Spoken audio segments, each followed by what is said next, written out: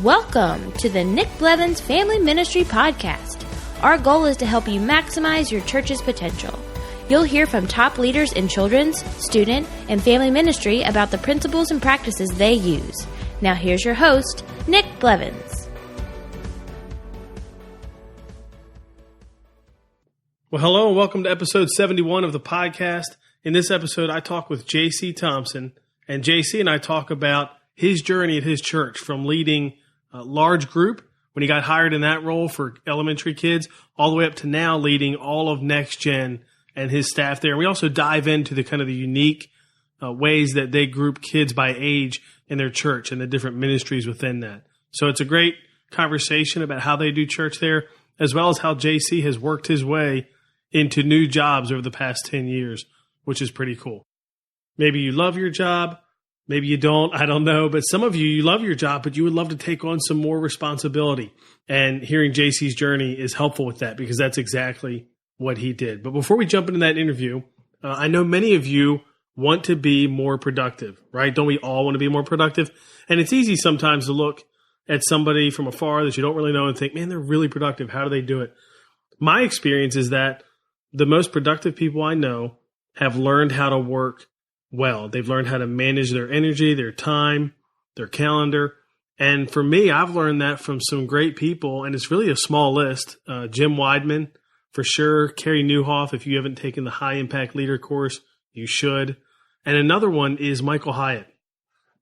Michael Hyatt has a great blog. He's an author, just creates amazing content. And productivity is one of the things that he is really, really good at, and is really good at sharing tips and tools and tactics. And he has a new productivity assessment that I thought you might be interested in. You could take it for free. We link to it in the show notes. So if you just go to nickblevins.com/episode 71, it's a great assessment that can figure out where, you might be hurting your productivity, what kind of worker you are, like what's your productivity type. So it's a great assessment. Just thought you would like to know about that. Michael Hyatt creates great stuff, and I'm sure you'll love that. So if you want to check that out, just go to the show notes, click on the assessment link and take it. I'd love to hear what your type is, like what you learned from that assessment. That would be a lot of fun. Maybe email me your results or just email me and tell me what it was. I'd love to know. So with that said, we're going to jump into our interview with JC Thompson as he talks about his journey through different roles at his church over the last 10 years and how they structure their age groups at his church in terms of the ministries and how they lead them and the benefits and the downsides of doing it the way they do it. So hope you enjoy this conversation with JC Thompson. Well, today I'm talking with JC Thompson. Welcome to the podcast, JC. Hi, Nick. How are you? I'm doing well. How are you? I'm doing pretty good. Well, tell us about yourself and your family and your church before we get rolling here. Okay. I am a 31-year-old Memphis fan. I'm married to my beautiful wife named Kristen. We've been married for almost 10 years. We've got a son, 5-year-old named Cannon, and we're foster parents, and we've got a little boy with us now. He's been in our home for 10 months, and he just turned 1 a couple weeks ago. So full house, super fun with a brand new kindergartner, lots of new stuff every day that we're talking about, and enjoying life. But I'm at Brookwood Church. Brookwood's in Simpsonville, South Carolina, which is right outside of Greenville. Unlike most people on your podcast, we have one campus, but we run around 5,000 on the weekends. So just a lot going on, very busy, and just enjoying the ride. So my wife's family is from Greenville, and they say Greenville. You know what I mean? Like not usually Greenville, kind of Greenville. And it's kind of like if you don't say it that way, you're clearly like an outsider. So I'm absolutely an outsider. I've tried to adjust my pronunciation a little bit, fake it like I belong there. Yeah. So you, 31 years old, young, I think most of us would say, and you've had a lot of experience here at Brookwood, which we kind of want to talk about because I think your journey's interesting and from where you started at the church and where you are now. And I think it's also going to be interesting for people to hear how you do ministry for kids at Brookwood and students, what that looks like, how that breaks down. So if we could, let's just start with where you got started at Brookwood Church. How did you first come on staff there? What was the role like? And we'll kind of talk about, where it went from there. Okay, cool. I I actually graduated from the University of Memphis with a degree in marketing. I felt called to ministry when I was in high school, but my youth pastors kind of recommended to me to pursue something you can gain a skill set in. So I learned. That's kind of funny right there. Like they said, hey, be a youth pastor and actually get some skills first. Yeah. I mean, was that like a shot at seminary or something, or Bible college? I don't think so, but I do think that they were pretty clear on, if you get your bachelor's degree in Christian ministry or something like that, and then you go back to seminary school, it's a repeat of a lot of information. And so they felt like if, what they said to me was, if you feel called to ministry, you won't be able to do anything else. So, and if you're not called to ministry, you can avoid a lot of stuff if you just find a skill set and you can figure out a way to get a job. So, smart. I graduated, got some skills. I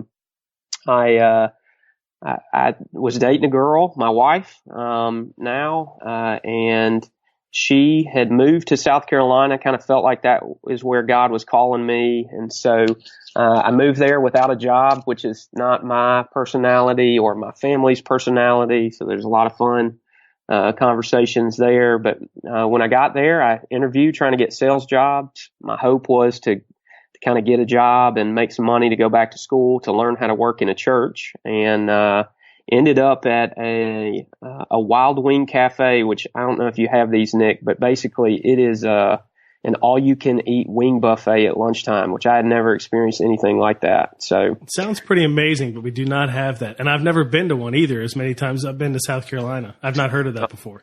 That's new. It's unbelievable. You should definitely experience it. But I had just come off a bad interview, and the guy that I was staying with in South Carolina asked me if I wanted to go to lunch, and I was like, nah, I'm going to sulk in my room. I don't really have an issue today needing to eat, so I'm out. And he was like, well, we're going to this wing buffet. I was like, I'm in.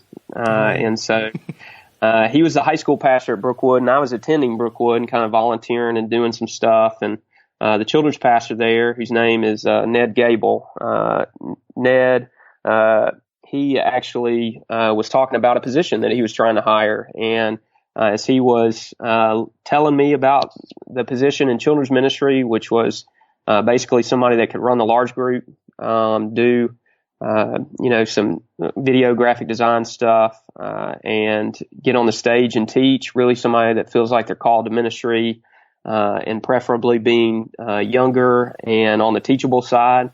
That's really what they had been struggling to hire. And so my buddy took him up to the wing bar and just said, hey, this guy at the table with us can do all those things that you said.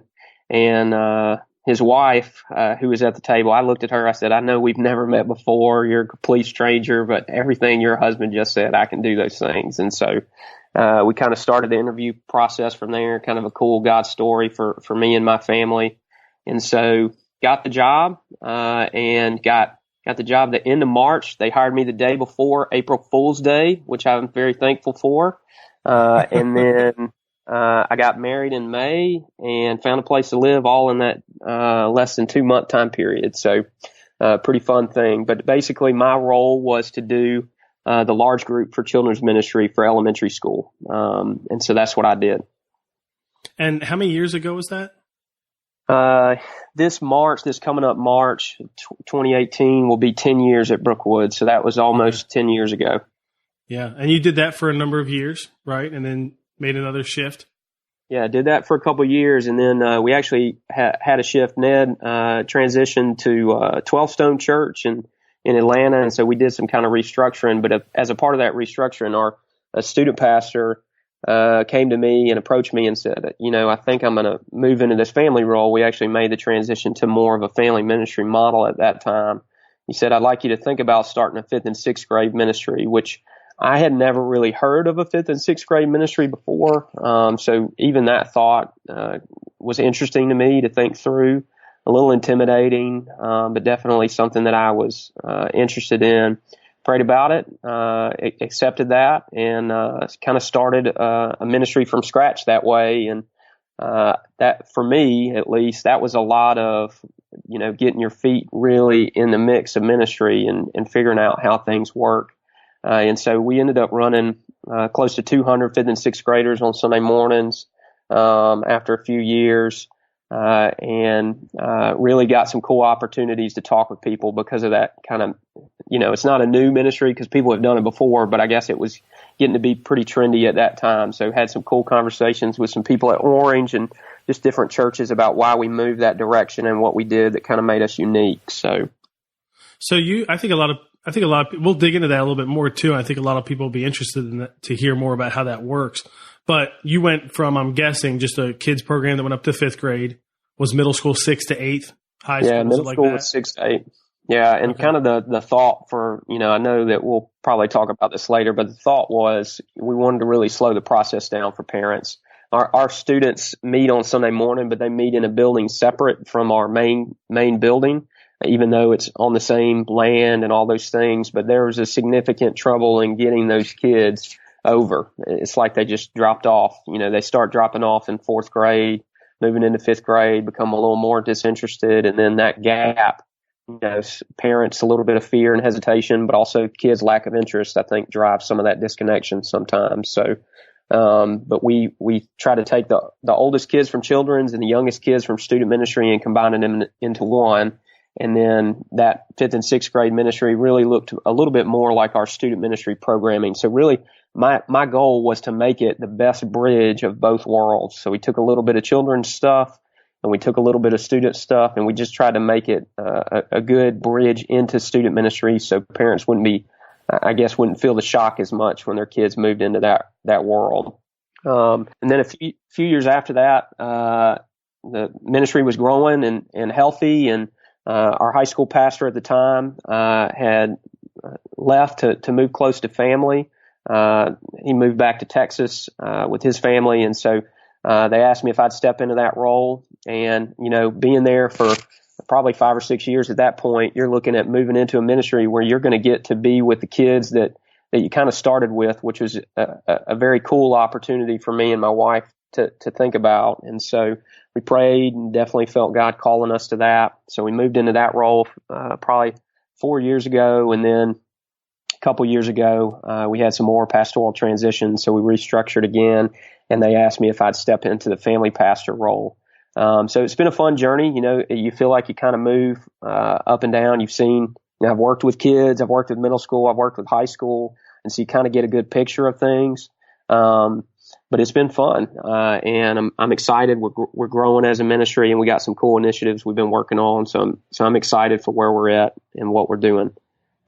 That's awesome. So in almost 10 years' time, you've had these different jobs, like 4 different jobs, it seems like, which is great. All promotions. You've clearly done a good job, and I do want to dig into that a little bit. But before we do that, I'd love to talk more about the structure. I think people are interested. There's a lot of conversations, as you know, still about this 5th, 6th grade thing or just age groupings. How do you separate that out? How do you program for it? So you have kids up through 4th grade, then you have 5th and 6th, then you have 7th and 8th, right? Yeah. And then high school.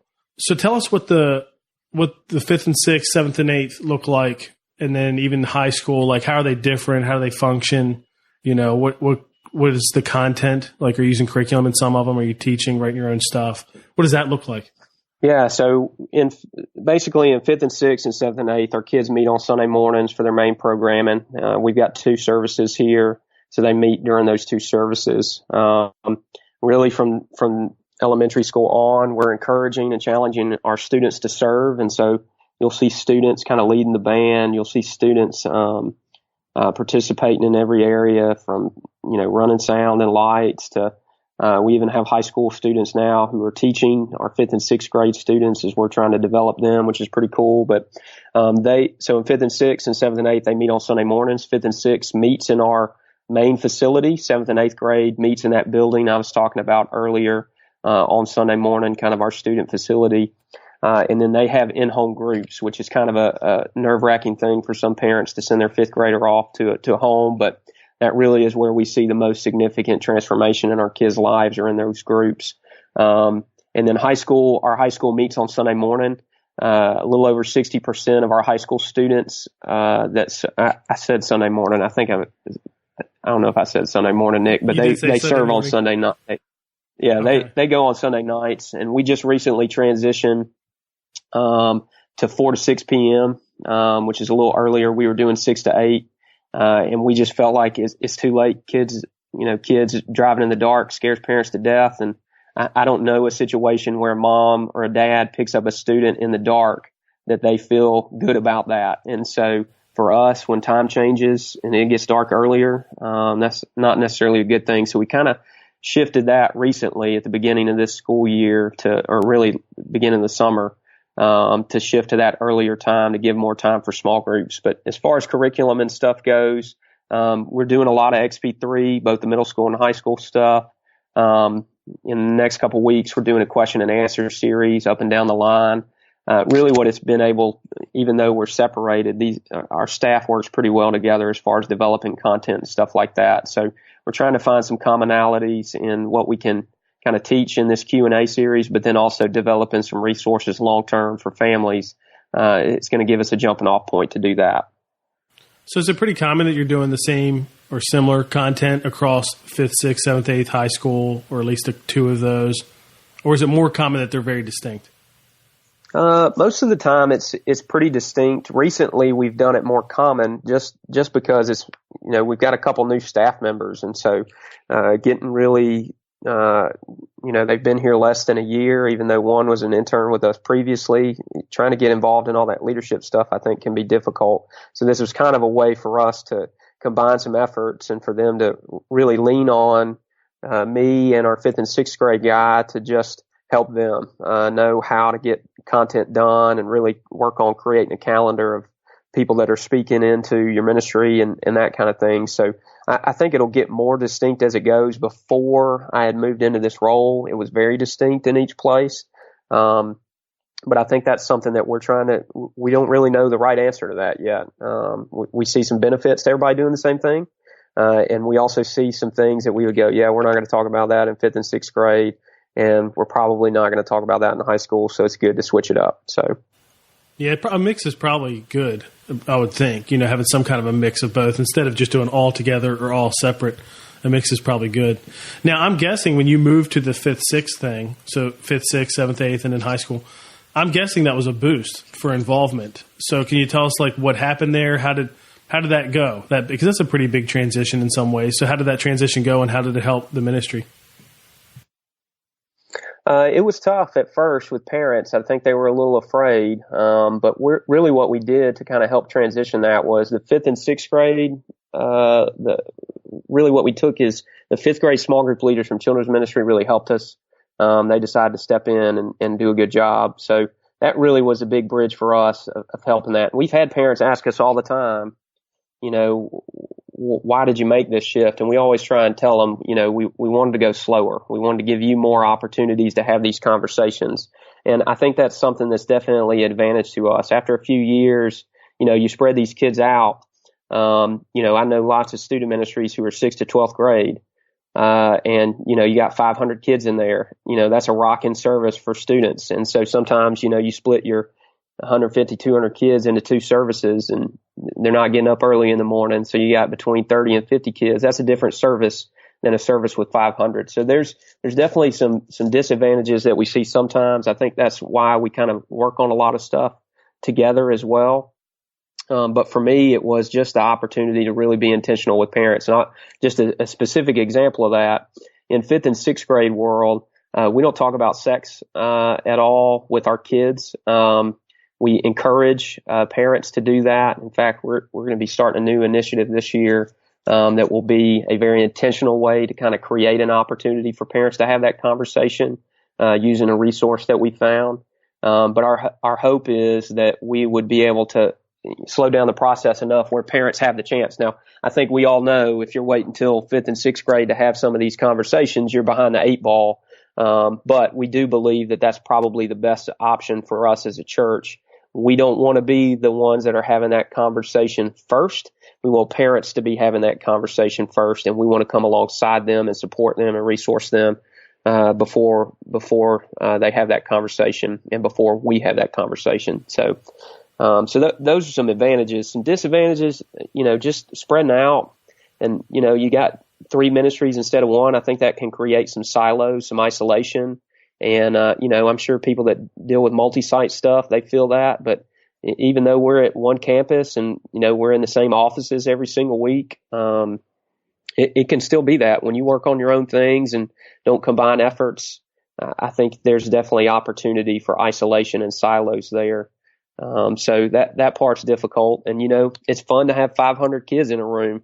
And so there are times where, we're thinking about combining some things, maybe doing some night of worships, even looking at our camps and retreats and asking the question, can we combine these things into one rather than having, 3 separate pieces?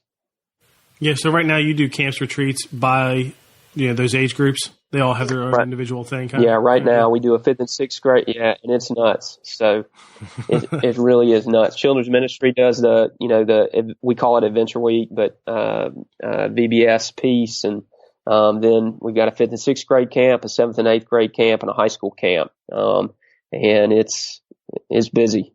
Summertime's crazy. So, it's fun. I think the kids enjoy it, but we're looking to try and figure out ways. Maybe that's an opportunity for us to look at things differently. Yeah.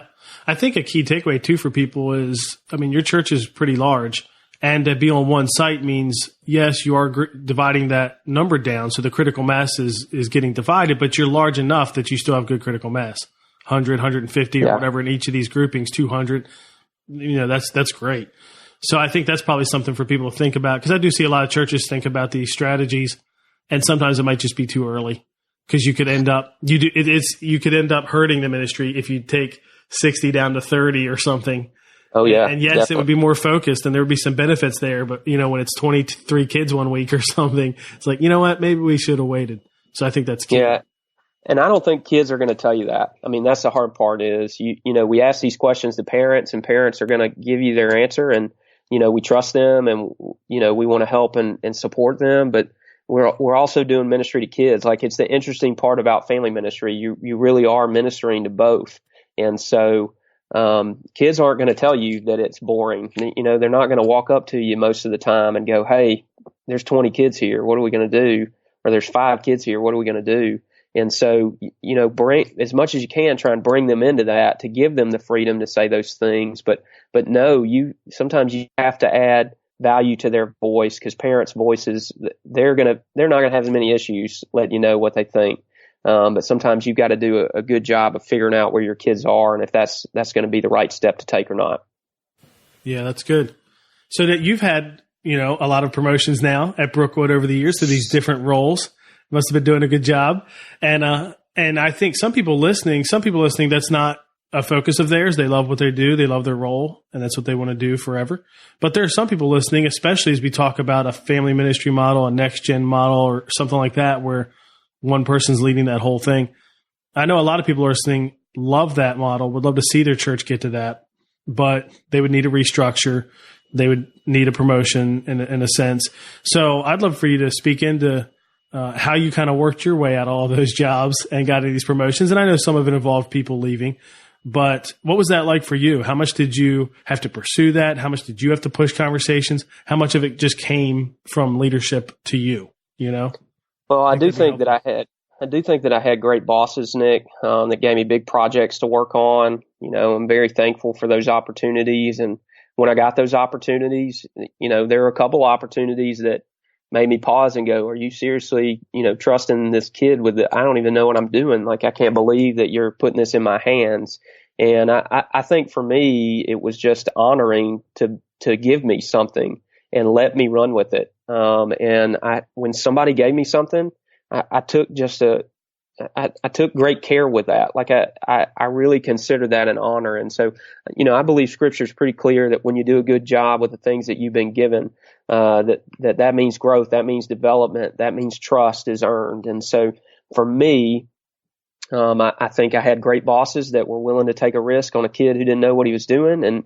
And I did my due diligence to make sure I got the job done and did more than I think what I was expected to do. That was really it. And I'll just tell you this, when I moved from 5th and 6th grade to high school, I actually got some frustrating emails from people that didn't know me, being on blogs and social media, people talk about climbing the corporate ladder and all those things. And I really struggled with that, because I knew God had called me to start this new ministry. It was like, having kids. before I had kids, I'd probably say this with no trouble, but now I'm having kids. I'm like, I don't know if I should say this, but it really is like your baby. You love it, you invest in it, you spend so much time in it. And my wife and I doing this ministry together was significant for us. And so, it definitely wasn't a selfish motivation, but at the same time, I think all of us who are, doing a good job and the leader in us, I think that's something that, you struggle with. That's a tension that you live in. And so for me, in 5th and 6th grade, moving into that role, I don't think I was asking any questions as far as the whole church goes. I really did have to learn to lead in a different way, but for the most part, I was just completely submerged and over my head in something brand new. But I'll tell you this, the first time I went to Orange Conference, I was in children's ministry, and I remember just the vision, hearing Reggie Joyner for that first time, the first day. I just remember, and this was so many years ago, but he did a stock photo family. That was so paradigm shifting to me to think about. And I remember going, we have got to minister to families, even before a family ministry model was in place. I really do think God planted some seeds in me at that point in time, way before I even thought anything like this was a possibility. God's been growing that desire and passion to reach families and love on them. It's been a challenge. It's been fun, but to young people out there who are trying to grow, just some things I'd say to you are, when your boss asks you to do something, do it. And do a good job with it. I tell all the interns or volunteers that come through our ministry, I think Scripture's clear on authority. You do what they ask you to do unless it's sin. And almost every time, they're not asking you to do something simple. So it doesn't mean you're not growing in your own passion and abilities and learning. Nobody encouraged me to read books. I'm a ferocious reader. I love to read. People make fun of me at work for how much I read, and they're kind of I'm first person to come to ask to if they heard about a book, which is funny. But you're a young person out there, do what your boss says and do a good job and do more and ask lots of questions. That's one thing I definitely learned from Jim was there's no bad questions. There's no stupid questions. There are stupid people who ask questions, but asking questions gets you out of that. For me, asking lots of questions, and those questions shift over time as your leadership grows. You've said that conversations with Jim Weidman were helpful to you in that early phase. What were some things he said, like when you were in that 5th, 6th grade role, and you were continuing to take on new responsibilities? Well, I'm in 5th and 6th grade, and we're growing like crazy. And even though our church is larger, I didn't have any budget or ability to hire somebody. And so, I feel your church leaders who, I'm running 200 kids, I got, 50 volunteers. And I'm trying to learn, I'm trying to grow, but I can't do this. I can't keep doing it. And then you're doing Sunday, you're doing events, you're doing these in-home small groups, and I got no support staff. And I remember feeling burned out. And at that point in time, I'd had a connection with Jim. And Jim, I remember I was asking a lot of questions about just developing middle managers. And I said, I just can't keep doing this. And he said, well, don't. And I'm kind of going, well, what are you talking about? He said, well, either quit or do it differently. I mean, that's really what it came down to. And for me, he said, if you need help, you need to ask for it. And so I remember the next parent meeting that I had, I looked at these new crop of 5th graders that were coming in and their parents. And I said, moms and dads, I know that you're excited about this ministry. We had so much momentum building up. Parents just loved everything that we were doing. And I said, I know that you love what we're doing, but I can't do events anymore. I'm bad at them. I know that your kids love them and I think they're important, but they're draining to me and I can't keep doing them. If I can find somebody that can help me do events, then I would love, I'd love to keep doing them, but I just can't. I can't keep doing them. And so I had a mom that came up to me, and this mom works for me now. And so she said, I'd love to help you do events. Just don't put me in front of anybody. And so I said, absolutely, 100%. And so I didn't ask any questions. Please understand, I didn't interview. I didn't say, have you done this before? I was so desperate for help. I said, come on. And so she helped. Turns out she's done all kinds of corporate events for thousands of people for years and years and years, and had transitioned to just being at home with her kids. And so she was looking for an opportunity to use her gifts, and now she's on staff part-time doing events for family ministry. So she, that was an opportunity for growth for me, and definitely learning, being okay, asking for help. We're always in this tension of asking for help and not looking desperate. But at that point in time, I was absolutely desperate, and I wanted to stay in ministry, but I couldn't keep doing what I was doing. And so that was a significant conversation that Jim had. And going through his Infuse program, I know people sometimes struggle to pay for stuff, but everything in my home that I pay for is important to that home being managed and developing and growing.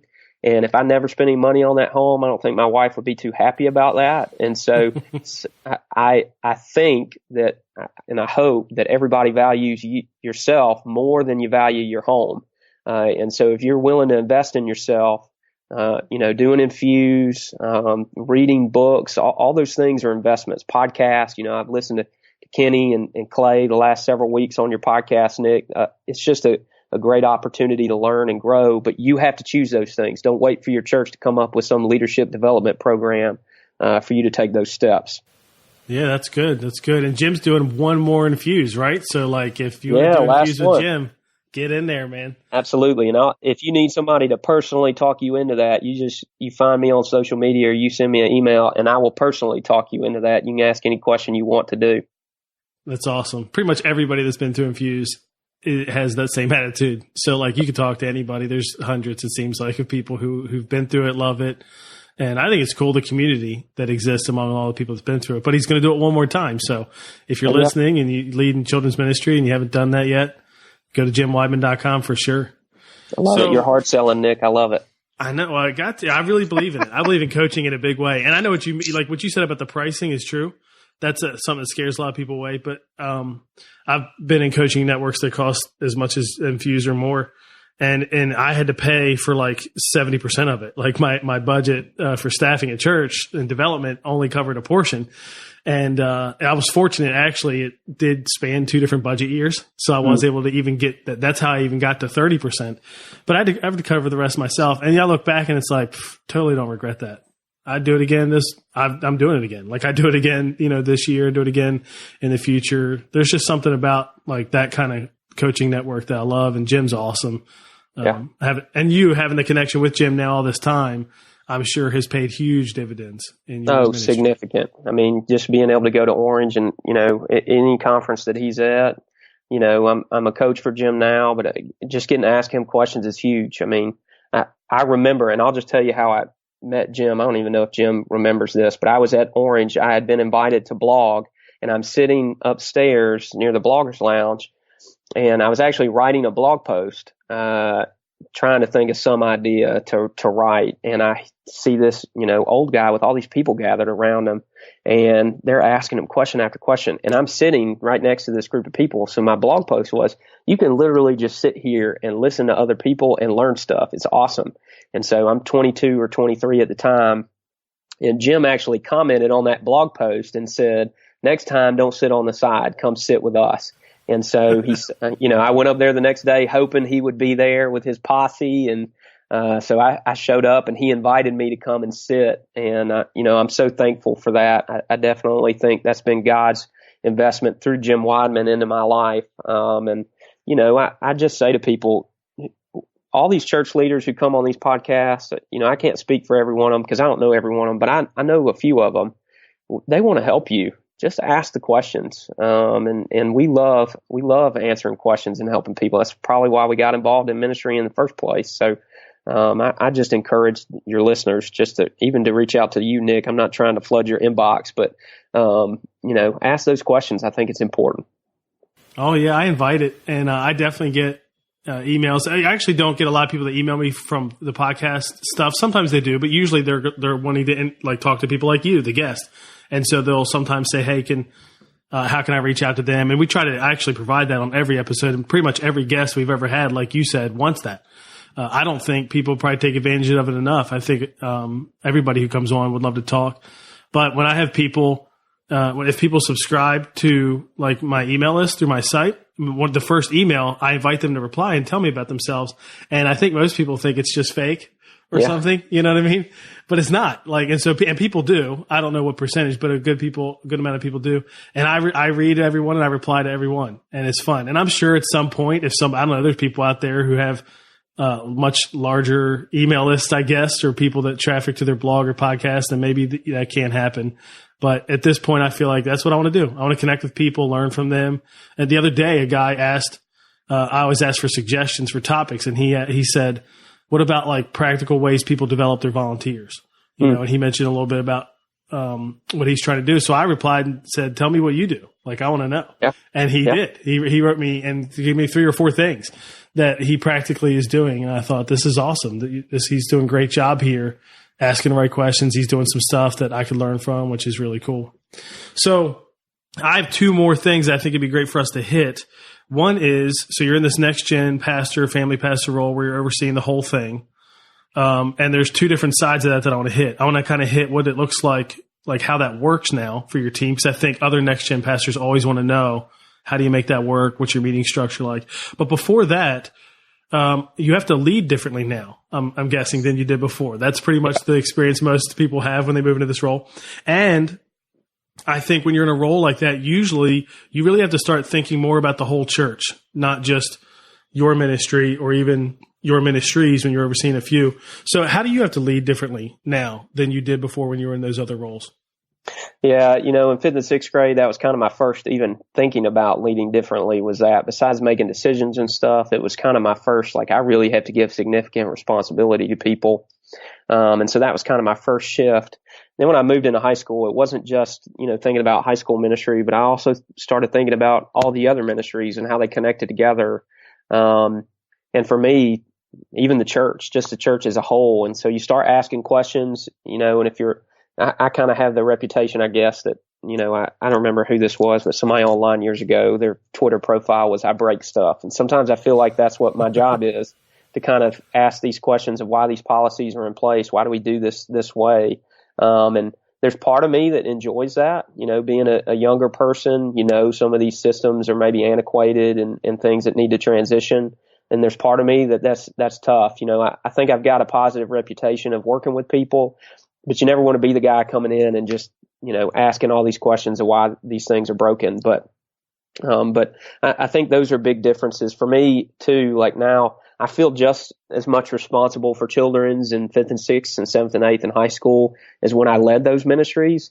And now as far as the task goes, I don't do many of those tasks. And so that's kind of a weird, over the last year, that's been a weird identity place for me of going, I've got this family talk that I do along with Sunday mornings, every week for kids and families. But other than that, my tasks are very small as far as the big projects and making things move. Most of my role is asking questions and, really, helping lead and shepherd my staff and, some key volunteers. And I love that part, and I know my staff is appreciative of that part, but I think sometimes in me, I'm going, I just need to write some messages and feel like I contributed something other than, asking questions and evaluating stuff. So that's for me, some big differences. And then now I'm a part of the leadership team at the church, which is, the group of lead pastors and trustees. And so, we're always talking through and thinking about what do we do? Where's the church going? What's our strategy? Those kinds of things. And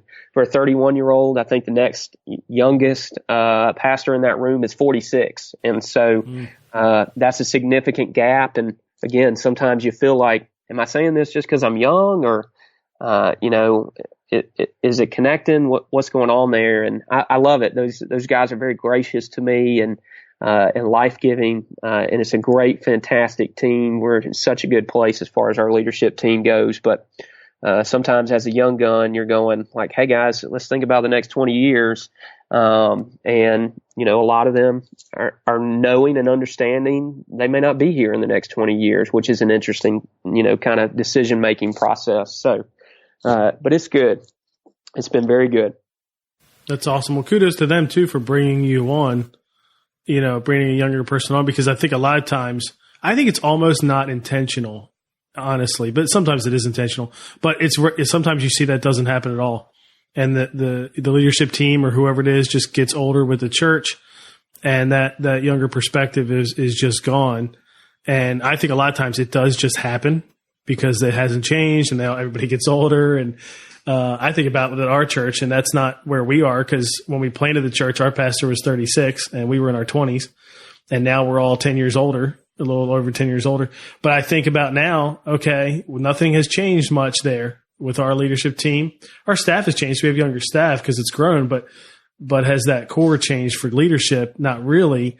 And I mean, I feel like now's the time, to continue to make sure that we're getting younger in all those key roles and things like that. So that's good. That's awesome that they're intentional about that. So what does the ministry look like in terms of how you lead it, how it's structured, how you meet with your team? I think those are interesting things for people to hear, because this role of like the NextGen pastor or family pastor is growing so fast. It's probably one of the fastest growing roles in the church. And everybody's wondering, how do you do it? What do you do? What does it look like? You gave a glimpse into like what you do. Lots of meetings, lots of conversations, lots of direction, not a lot of kind of task stuff, right? So, but how does it work week to week for your team? Yeah, so we generally have a children's ministry meeting and a student ministry staff meeting every week that happens. I have a one-on-one with, I've got 4 family ministry pastors. So the children's pastor, the 5th and 6th, 7th and 8th, and high school. So I meet one-on-one with them every week. Not once a month, they'll get a meeting with me, basically. And we go through a checklist of both ministry stuff and personal stuff, where they're at in their relationship with their family and in their relationship with God. Just trying to keep a pulse on how things are going. I think a powerful question you can always ask is, how can I help? A lot of times there's something that you can help, but you don't necessarily know how it is. Rather than just tell them how you can help, it's good to ask. And I hired 7th and 8th high school, and children's pastor in a little bit, basically less than a 6-month time frame, within each other. And so a lot of team building has happened in that time, getting to know people. Our children's pastor in 7th and 8th had been at Brookwood before and had different opportunities elsewhere. So it was kind of a little bit of a homecoming, even though a lot of the team didn't know them.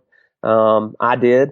And so that was helpful. And then the high school pastor was brand new. So kind of getting everybody up and running, trying to have opportunities to work together, has been fun. So basically what I try and do as family pastor, I have an all-in meeting, try to have an all-in meeting once a month with children's team and student team. Currently, I lead the student ministry staff meeting, although I anticipate me stepping out of that meeting at some point in time. We have an administrative assistant who is over all of family ministry from birth to high school, and then I have a part-time administrative assistant who is my administrative assistant. And so besides the weekly routines of, program and production stuff that our ministry does in their teams, I try and lead. I think some NextGen pastors, some family pastors would do good to read some workups that developers have, software developers, product developers. A Scrum method is one that I think about. I would never tell my team any of this, that this is what we're doing, but basically we get a project and it takes us about 3 months to complete the project. And then we get another project that we work on. And so we did the phase resources last year. We rolled that out to families, put that stuff on our website, and kind of did a whole day conference. Our hope with that conference was to create all the resources and classes for that day, but then make them available online. So we did that.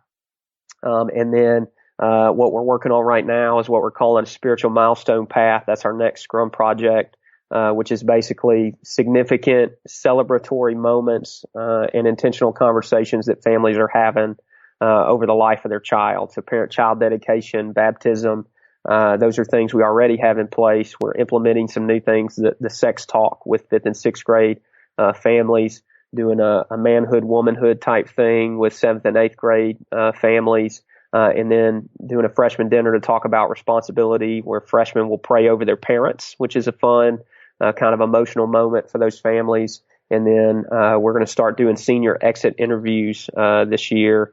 Is kind of a way to send them out and really get any kind of last minute assistance that they might need before they transition to college or career. That's awesome. You got a lot of good stuff going on there. For anybody who isn't familiar, what is the Scrum method like? essentially you're talking about getting them to work on stuff that's not week to week. It's not, it's not the week to week stuff. It's projects. But how does the Scrum method apply to like how you do it? Not like the full version, but what's like the minute or 2 minute version? Yeah, I mean, you're just trying to keep, basically it's, for developers, they're always working on projects. And so this is kind of a way for them to keep the team up to date and get them working and try and sprint basically through one project. And then they have a couple days or a couple weeks, I'd imagine, months possibly, where they take a little bit more of a break. So we have stretch periods where we're trying to just hammer it out, and then we'll have a break. And so for me, that's the way that I kind of make it work for our world. It doesn't look the same as a software developer because they got bugs and stuff like that they're working on a regular basis. But as far as our world goes, we pick a project and we go. And what we really see is, while we don't do all of our, Kenny Conley's like Mr. Everybody does everything in family ministry, the way he restructured, which is genius for him and his world. I don't know that I have the capacity to be able to think about organizationally in the way that he does. But I do know that alignment works when people work together. I do think he's spot on when that comes. So this is a way for us to work together without people having to basically do their role for everybody. And so it gives us projects that we can work on as a team, that Children's works on with student ministry. And that really gives us an opportunity to form some bonds and relationships there. I love too that you focus on one project. Have you read 4 Disciplines of Execution? You would love that book. It's a good book. It's similar in the sense that like it's a system for working on a project. But the point of the book is you have one big goal. You don't have 4, because you can't, if you have 4, you move them all really slow and, so you have one. And then the other part of the book, and a lot of people, I've had a number of people read it. And if you like business books, like you love it. If you don't, it is a little hard for you to get through. You don't love it. But what I love about it is the idea of the one big goal, the idea that there are like lag measures, meaning this is how you know it's done. Hey, I want to lose 20 pounds. That's a lag measure. It's when I measure it, it's done. It's finished. I know I've succeeded. And then there are lead measures like I'm going to eat 1,500 calories a day. I'm going to run a mile once a day. Like those are lead measures, meaning they're not the end result, but they're things you can measure along the way to know you're getting there. I think where people struggle is translating it to ministry world, but we've worked on that. I feel like we've done a good job. An example would be like, I want to recruit 20 volunteers. Well, that's a lag measure. And a lead would be like, well, then I need to have 5 conversations a week. I need to have an orientation meeting or something where I invite people to attend, so you'd probably like that, but I've loved how it kind of brings a system to sort of like working on projects.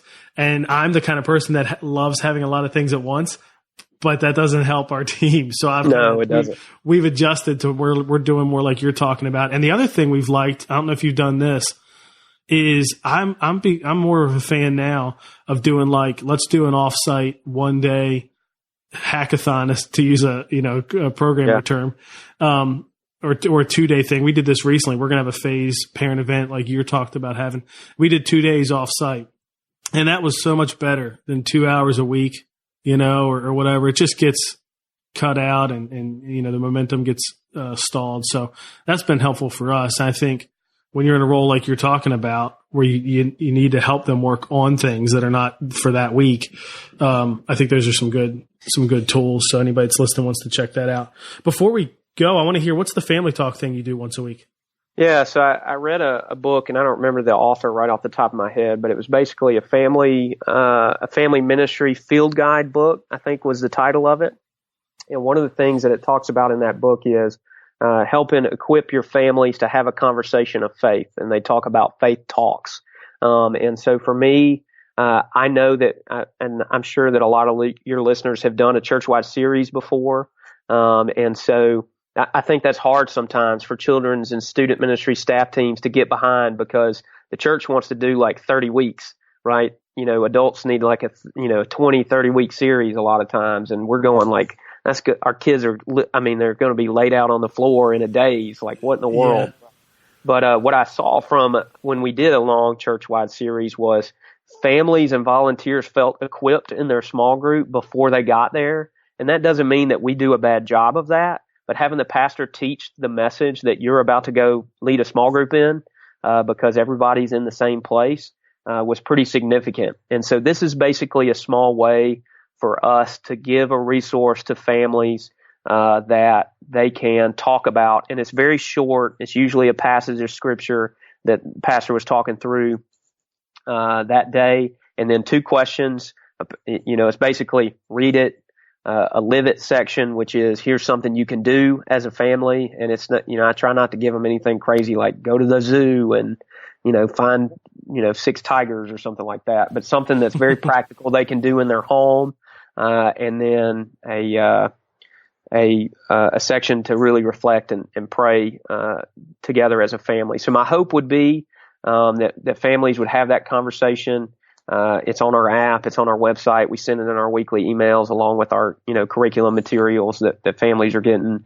But yeah, it's just an opportunity for us to be able to say to a family, hey, here, if you're struggling to try and find something to talk about as a family, here's some easy questions to be able to ask, and something that you've heard already in the message that you can at least talk intelligibly about with your kids. That's awesome. So it's printed resource, you put it, or digital because you put it in all these different places. It's not an audio thing though? It's not like somebody teaches and records it? No, we do some audio stuff, but that's basically like we'll do series intros that we make podcasts for. I'll tell you a quick story, which this is a great idea for ministries out there. We didn't anticipate this being as great an idea as it was, but when 13 Reasons Why came out on Netflix, which is a show about this girl who committed suicide, we put together a resource because there was a lot of controversy over should we watch this show. You had psychiatrists on really both sides, people who had been through that on both sides. And so we really just got all our student pastors together and our care ministries, our pastoral care support team together and did a couple podcasts and developed a resource. We actually had a situation at camp this year where a student, took some steps and everything worked out great. The kid's healthy, everything's fine. But we were able to send that resource again to families during that time. And, I think as a mom, I had several moms and dads just go like, one, thanks for telling us. I think sometimes we wouldn't want to tell families that stuff happened, but their kids are going to be talking about it.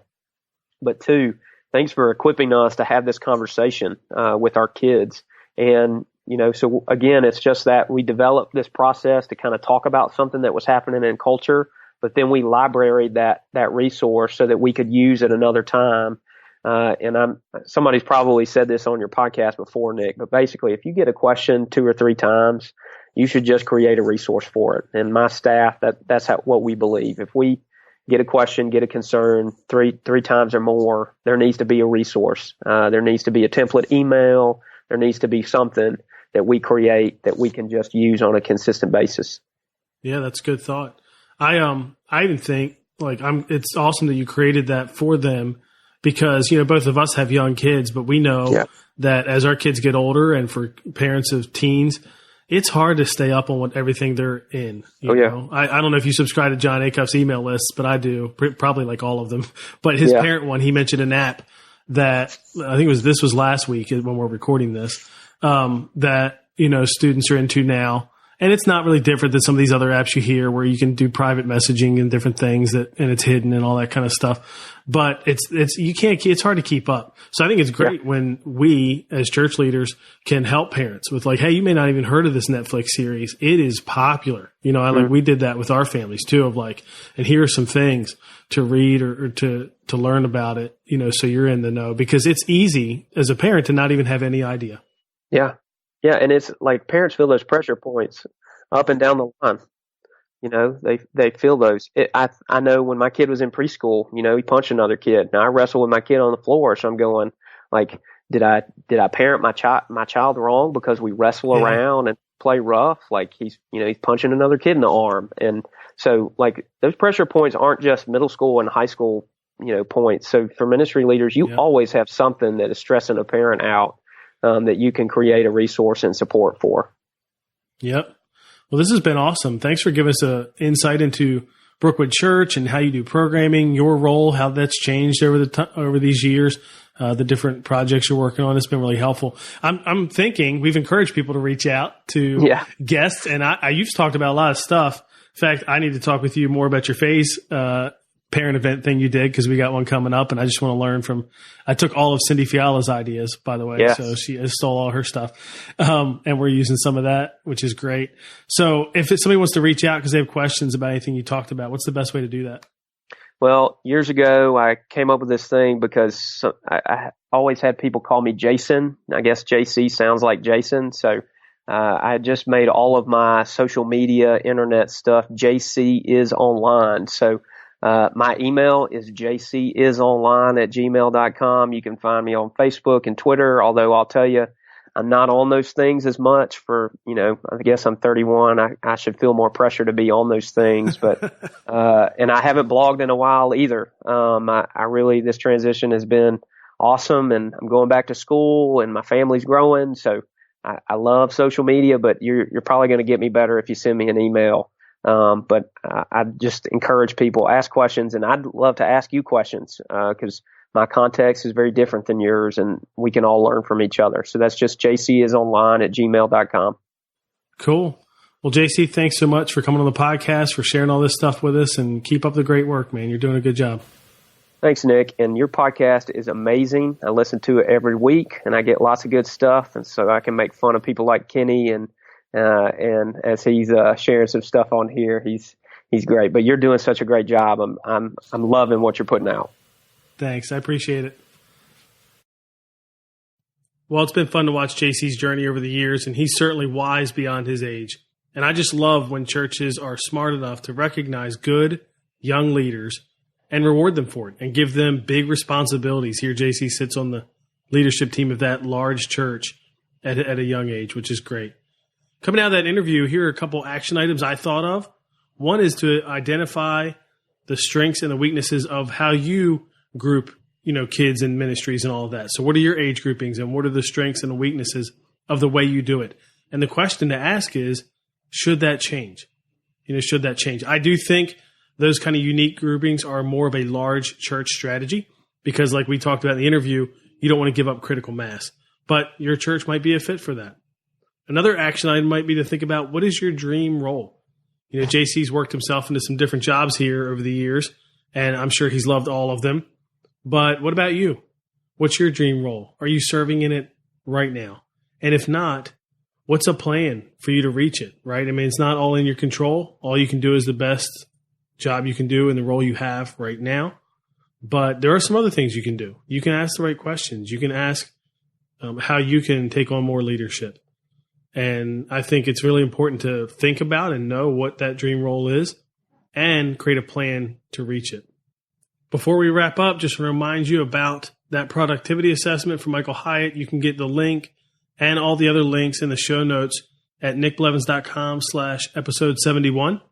In next week's episode, I talk with Lisa Malidi, and Lisa and I talk about her site, ReadySetSunday.com, but specifically we talk about how she creates irresistible environments for kids, particularly how she creates new sets and environments each month that relate to the theme that's being talked about in elementary ministry. And Lisa serves on staff with me at our church.